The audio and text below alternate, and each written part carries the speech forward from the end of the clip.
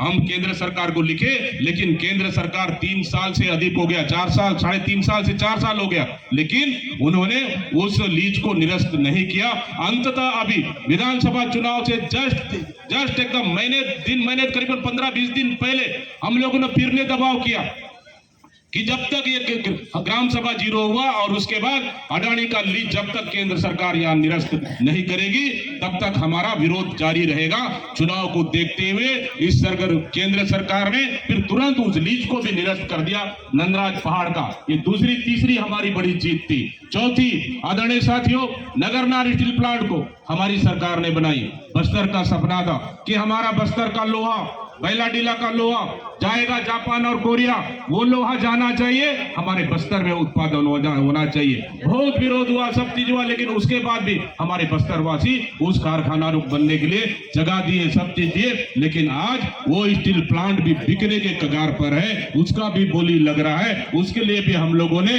संघर्ष कर आज तक उस नगरनार स्टील प्लांट को भी निजी अडानी को बेचने से हम लोगों ने रोक दिया है। आदरणीय साथियों, ये चौथी लड़ाई हम लोगों ने बस्तर वासियों ने, सब लोगों ने मिलकर लड़ा, चाहे हमारे बस्तर के साथी भी यहाँ पे मौजूद है, सब लोगों ने मिलकर लड़ा। ये 4 लड़ाई हम लोगों ने लड़ी है।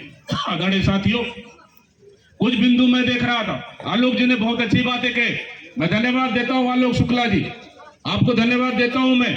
कुछ बातें हमारे बुरी लगने के लायक भी है, बहुत सारी बातें अच्छे भी है। अगर हमारी सरकार में हुआ है, कुछ चीजें स्वीकार करते हैं। अगर उस चीज मैंने पूछा बारीकी से, ग्राम सभा आप लोगों की मांग है, ग्राम सभा की जांच होना चाहिए कि फर्जी ग्राम सभा है, जांच हो, अगर फर्जी जांच है, जांच हुआ, फर्जी ग्राम सभा है, उसका निरस्त होना चाहिए। ये आप लोगों की भी मांग है। आदरणीय साथियों, माता बहनों, निश्चित रूप से क्या 1 जनवरी को ग्राम सभा हुई यहाँ पे, पिछले सरकार ने कराई। हमारी सरकार दिसंबर 2019 में हमारी सरकारें बनी। उसके बाद जब ग्राम सभा हुई हमारी सरकार नहीं थी। हाँ, लेकिन आलोक जी ने सही कहा इन्होंने कि अगर ग्राम सभा पिछली सरकार में हुई, फर्जी ग्राम सभा अगर हुई, तो उस ग्राम सभा में हमारी सरकार को अगर आपने प्रतिनिधि दिए कि इसको निरस्त करने की जांच कराना चाहिए, जांच अगर होता, निरस्त होता, हमारी सरकार ने निरस्त नहीं कराया। ये शायद हमारी भूल है, हमारी चूक है। आदरणीय साथियों, इसमें हमें कोई बताने में दो राय नहीं है, लेकिन आदरणीय साथियों, माता बहनों, इस तरह से कि जब अब तो सरकार में है नहीं, हम लोग सरकार में नहीं है, लेकिन हर आदिवासी की लड़ाई हम लोग हमेशा से लड़े। मैंने कहा, इसलिए शुरू से कहा कि आप लोग का पता होना चाहिए कि मैं भी एक आदिवासी हूं। आदिवासी दुख और दर्द और तकलीफ को मैं समझ सकता हूं, जल जंगल का, जमीन का अधिकार को मैं समझ सकता हूं। बस्तर भी खनिज संसाधन क्षेत्र है, आपका सरगुजा क्षेत्र भी खनिज संसाधन क्षेत्र है। हमारे पास लोहे की खदानें हैं, तो आपके पास कोल माइंस है। इधर बस्तर आदिवासी क्षेत्र, सरगुजा आदिवासी क्षेत्र। क्या हम लोग दोनों मिलकर लड़ाई नहीं लड़ सकते थे? क्या बताइए, दोनों मिलकर लड़ाई लड़ सकते हैं? हम लोग लड़ सकते हैं कि नहीं सकते हैं? बताइए। आदरणीय साथियों, मेरे बस्तर से आए साथियों, मेरे बस्तर से आए प्रमुख साथियों, आदरणीय साथियों, ये लड़ाई सिर्फ अंबिकापुर और सरगुजा और सूरजपुर तक नहीं जाना चाहिए, ये लड़ाई सरगुजा से बस्तर तक जाना चाहिए। आदरणीय साथियों, बस्तर तक जाना चाहिए। आज अगर यहाँ के माइंस को छीनने का काम हुआ तो कल हमारा बस्तर भी खतरे में है। आप क्या सोचते हैं, हम लोग 3-4 काम कर लिया, आज बस्तरवासी सुखी है? आप लोग सोचते हैं हम लोग बस्तरवासी निश्चिंत है? नहीं माता बहने, हम लोग का भी जमीन कब छीन जाए, हम लोग का भी लोहा कब छीन जाए, हम लोग का फैक्ट्री कब छीन जाए, हम लोग का भी चिंता है। इसलिए हम लोग सिर्फ सरगुजा का बात नहीं है, पूरा छत्तीसगढ़ अस्मिता का बात है, और इस छत्तीसगढ़ अस्मिता के लिए पूरे लोग मिलकर लड़ाई लड़ना चाहिए। क्योंकि जहां जहां कोल माइंस है वहां पे हमारे लोगों के जल जंगल, जमीन, कोल माइंस हमारे लोगों के कब्जा है, हमारे लोगों का अधिकार है। हमारी सरकार एक ही चीज कहते थे, मुख्यमंत्री भूपेश बघेल जब थे, उन्होंने एक ही चीज कहा कि अगर प्रोजेक्ट लगता है, स्थानीय ग्रामीणों के सहमति से लगेगा। अगर कोई स्थानीय ग्रामीण अगर विरोध करते हैं तो उनको बेदखल करके हमारी सरकार कोई भी योजना नहीं लाएगी। ये हमारी सरकार ने स्पष्ट कहा है। आदरणीय साथियों, बोधघाट जैसा परियोजना बहुत बड़ा परियोजना 42 गांव उजड़ रहा था। एक ऐसा व्यक्ति हूं मैं जहां हमारी सरकार, हमारे मुख्यमंत्री हमारे बीच में, मैंने कहा बोला साहब मैं सरकार में, मैं वहां का जनप्रतिनिधि हूं, अगर ये प्रोजेक्ट लगेगा 42 गांव उजड़ेगा, इस पे विचार करना चाहिए, इस पे गांव वालों को पूछना चाहिए। मुझसे थोड़ा नाराज भी हुए। मुझे कुर्सी की चिंता नहीं है, ना मुझे पद पोस्ट की चिंता है। अगर कोई सच्चाई बात है, दुनिया की कोई ताकत मुझे बोलने से नहीं रोक सकता। आदरणीय साथियों, जो सच्चाई बोलना है मैं जहां बोलना है वहां बोलूंगा, जहां जो बोलना है बात रखूंगा मैं। लेकिन उसके बाद मैंने कहा परीक्षण करा लीजिए, परीक्षण हुआ और आज बोधघाट रुकने का काम हुआ और बोधघाट परियोजना को भी हम लोगों ने रोके। हमें पता है कि बोधघाट आएगा, इंद्रावती नदी से पानी आएगा, पानी की जरूरत है, बस्तर पूरा सूखे के चपट में, हमको बांध की आवश्यकता है, हम रोकेंगे पानी को, लेकिन 42 गांव को उजाड़ के हम पानी नहीं रोकेंगे। 42 गांव के सहमति होगा तो पानी रोकेंगे। हम लोग का एक ही मंशा था आदरणीय साथियों, माता बहनों, और आज बोधघाट को भी हम लोगों ने रोक के बता दिया। इस तरह से वास्तव में हमारी सरकार ने लेमरू एलिफेंट के लिए कुछ जगह सुरक्षित की, शायद अगर थोड़ा सा और जगह बढ़ा दिए होते, मैं समझता हूं ये एरिया भी अगर सुरक्षित होता। लेकिन जिस दिन हमारी सरकार तो बदल गई, खुशी हुई हमें जिस दिन इन मीडिया वालों ने सबसे पहले मुझे पूछा कि छत्तीसगढ़ में सरकार बदल गई, हम लोगों ने कहा हमारी सरकार नहीं है, बदल गई। आदिवासी मुख्यमंत्री बनाने का उन्होंने उनका चल रहा है, आदिवासी मुख्यमंत्री बनाएंगे, आपको कैसा लगेगा? मैंने एक ही शब्द कहा, बोला मैं भी आदिवासी हूँ। अगर भारतीय जनता पार्टी आदिवासी मुख्यमंत्री बनाता है उसको मैं तहे दिल से स्वागत करूंगा, मैंने ये कहा माता बहनों। लेकिन उस दिन ये चीज भी कहा मैं कि कहीं ऐसा नहीं कि आदिवासी मुख्यमंत्री बनाए छत्तीसगढ़ में, मैं उसका स्वागत करता हूं। लेकिन आदिवासी मुख्यमंत्री बनाने के बाद सबसे बड़ा चुनौती रहेगा उस आदिवासी मुख्यमंत्री का कि हमारे छत्तीसगढ़ में बस्तर सरगुजा से लेकर पूरे क्षेत्र में आदिवासियों का जल और जंगल बचाने, खनिज संपदा को बचाने के लिए सबसे बड़ा चुनौती रहेगा। उस दिन मैंने मीडिया के साथियों से कहा, मैं जानता था कि एक आदिवासी का चेहरा को रखकर एक बड़ा खेल खेला जाएगा, एक चंद उद्योगपतियों को पूरा बस्तर से लेकर सरगुजा के पूरा माइंस, पूरा खनिज संपदा को सौंपा जाएगा। उस चीज का डर था हमें, और वही चीज सरकार बना, मुख्यमंत्री बनने के साथ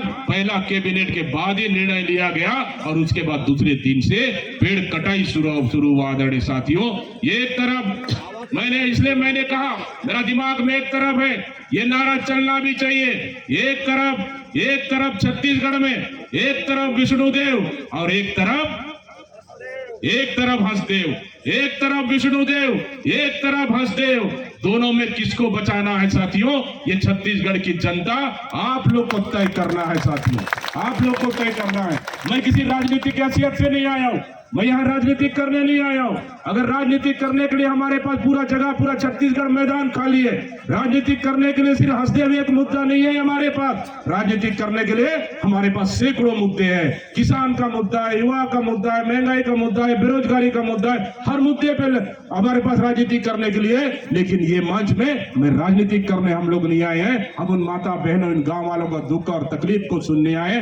मैं धन्यवाद देता हूँ, बहुत सारे साथियों ने, आप लोगों ने आए अपनी बातें रखे, मैं किसी का कोई आलोचना नहीं करूंगा, लेकिन मेरा एक ही मकसद है, हमारा एक ही मकसद है, हंसदेव बचाना है। हंसदेव बचाने की लड़ाई में हम पूरे आपके साथ है आदरणीय साथियों, हम पूरे आपके बराबर साथ हैं। इसलिए मैं कहता हूं आज भी हमारी हंसदेव की लड़ाई सोशल मीडिया में चल रहा है, फेसबुक में चल रहा है, लेकिन सरगुजा से बाहर नहीं निकल पाया है। मैंने कहा हंसदेव बचाना है, पूरा छत्तीसगढ़ में इस आंदोलन को खड़ा करना पड़ेगा।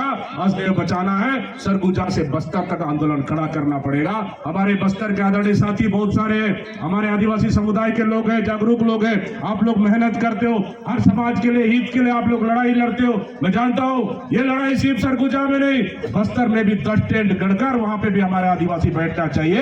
अगर वहां पे अगर हंसदेव सरगुजा में हंसदेव कट रहा है तो बस्तर में भी यहाँ प्रभाव पड़ना चाहिए। ये तय करके हम लोग करना चाहिए। आदरणीय साथियों, आपके लड़ाई में, हर लड़ाई में कदम से कदम मिलाकर है, आपकी लड़ाई में बराबर साथ है, और ये मुद्दा को लेकर सड़क से लेकर सदन तक लड़ा जाएगा। हमारी सरकार ने विधानसभा में प्रस्ताव पास किया पिछले समय कि इस पास किया कि हसदेव का कटाई नहीं होना चाहिए। उसके बाद फिर हमारे छत्तीसगढ़ सरकार ने पर्यावरण अनुमति को निरस्त करने के लिए चिट्ठी लिखा केंद्र सरकार को, उसका जवाब आज तक भी नहीं आया है, क्योंकि इनको लीज देना, इनको स्टैंडर्ड देना, इनको पास करना राज्य सरकार के हाथ में नहीं है। ठीक है, 100 कानून में 2, 4, 5, 10 कानून राज्य सरकार के हाथ में हो सकता है, लेकिन पूरा अधिकार केंद्र सरकार के पास है इसको देने और नहीं देने का। ये केंद्र सरकार का इसलिए, लेकिन आज दोनों है। हमारे पास राज्य सरकार थी यहाँ पे और केंद्र में अलग सरकार थी, लेकिन आज दोनों डबल इंजन का सरकार है। प्रदेश में भी उनकी सरकार है, दिल्ली में भी उनकी सरकार है। अगर मुख्यमंत्री विष्णुदेव साय अगर असली में आदिवासी का चिंतक हो, आप आदिवासी मुख्यमंत्री हो, आप आदिवासियों को बचाना चाहते हो, आदिवासियों के जल जंगीम को बचाना चाहते हो, ये फोन उठाकर बता दीजिए, प्रधानमंत्री को लगाकर बता दीजिए कि हमारा पेड़ कटाई रुकना चाहिए और ये निरस्त होना चाहिए। मैं चुनौती देता हूं हमारे मुख्यमंत्री विष्णुदेव साय जी को। आदरणीय साथियों, वो कहते हैं एक गुलाब का फूल, अरे गुलदस्ता मत लाओ, हमारा पर्यावरण को नुकसान हो जाएगा। आप एक गुलाब का फूल लेके आ जाओ, पर्यावरण को बचाना है। एक गुलाब को फूल लेने से हमारा मुख्यमंत्री का वो पर्यावरण बच जाता है, और यहाँ लाखों पेड़ कट रहा है। हमारा मुख्यमंत्री का पर्यावरण का सुरक्षा का उनको चिंता नहीं है। आदरणीय साथियों, माता बहने, ये लड़ाई आपकी नहीं, हम सबकी लड़ाई है, और ये लड़ाई मिलकर लड़ेंगे। आपके साथ हम कदम से कदम मिलाकर चलेंगे। कांग्रेस पार्टी की हैसियत से, दीपक बैज की हैसियत से हसदेव बचाने के लिए हम पूरी तरह से तैयार है साथियों, और आपके साथ कदम से कदम मिलाकर चलेंगे। और निश्चित रूप से हसदेव बचाना चाहिए। आज एक जंगल कट गया, कल दूसरा जंगल कटेगा। चंद उद्योगपतियों को फायदा पहुंचाने के लिए लाखों का पेड़ काटा जा रहा है और पूरे जंगल को तहस नहस किया जा रहा है। यही जंगल हमारा पहचान है, यही जंगल जमीन हमारा पहचान है, मूलवासियों का यही पहचान है, यही निशानी है, और यही हमारा संस्कृति है। इस संस्कृति को बचाने के लिए आपको खड़ा होना पड़ेगा। जब आप मजबूती के साथ लड़ेंगे, दुनिया आपके पास आएगा। जब आप मजबूती के साथ खड़े होंगे, दुनिया आपके पास आएगा। अगर आप पीछे हटेंगे तो दुनिया पीछे हटेगा। आदरणीय माता बहनों, युवा साथियों, मुझे पता है कि वास्तव में ग्राम सभा कैसा होता है। मैंने देखा टाटा के समय में बंदूक के नोक पे ग्राम सभा हुआ। आपके यहाँ जो किस्सा था वही किस्सा वहां पे भी हुआ। बंदूक के नोक पे ग्राम सभा, रातों रात बकरा मुर्गा खिलाकर ग्राम सभा हुआ। किसको पैसा से खरीद लो, किसको पैसा दे दो, उसके बाद ग्राम सभा हुआ। मेरे ज्यादा बेहतर ग्राम सभा कैसा होता है आप लोग जान सकते हो, और मैं भी जान सकता हूं। आदरणीय माता बहने, इसलिए निश्चित रूप से आज आप लोग के बीच में आज दुख और तकलीफ को सुनने आए हैं, और आप लोग के साथ हम कदम से कदम मिलाकर चलेंगे। इस हसदेव अभ्यारण्य को बचाने के लिए निश्चित रूप से जोरदार विरोध होना चाहिए और डट कर विरोध होना चाहिए। पूरी तरह से हम आपके साथ खड़े हैं, और निश्चित रूप से आज आप लोग के बीच में आना हुआ, और आप लोग की बातें प्रमुख बातें सुनी। हमारी टीम भी आई और हमारी टीम भी रिपोर्ट भी हमको दे दिए। इन रिपोर्ट के साथ हम आगे की लड़ाई सड़क से लेके विधानसभा तक हम लड़ेंगे। निश्चित रूप से हमारे साथ आए तमाम हमारे नेतागण, जिला कांग्रेस के अध्यक्षगण, हमारे विधायक साथी भी हैं, अटल श्रीवास्तव जी हमारे विधायक साथी आपके पास आए हैं, फूल सिंह राठिया जी हमारे विधायक साथी, दिलीप लहरिया जी हमारे विधायक साथी, हमारे चौधरी नंद जी, चार विधायक आपके साथ आज इस धरना में मेरे साथ शामिल होने आए हैं। पूर्व मंत्री, पूर्व विधायक, तमाम हमारे जनप्रतिनिधि, नीतिगण, सब आपके दुख में कदम से कदम मिलाकर चलना चाहते हैं। सब आपके तकलीफ में कदम से कदम मिलाकर चलना चाहते हैं। आदरणीय साथियों, माता बहनों, आदिवासी स्वाभिमानी है। आदिवासी लड़ सकता है, गोली खा सकता है, सर कटा सकता है, लेकिन झुक नहीं सकता। इन स्वाभिमान को बचा के रखिए। निश्चित रूप से पूरे छत्तीसगढ़ आपका साथ देगा, पूरा बस्तर आपका साथ देगा। एक बार तो आवाज उठाकर देखिए, पूरा बस्तर खड़ा कर रहेगा, और बस्तर को खड़ा करने का जवाबदारी, पूरे क्षेत्र को खड़ा करने का जवाबदारी हमारा रहेगा। आदरणीय साथियों, ये लड़ाई यहां तक सीमित क्यों? सरगुजा है कि हमारा सिर है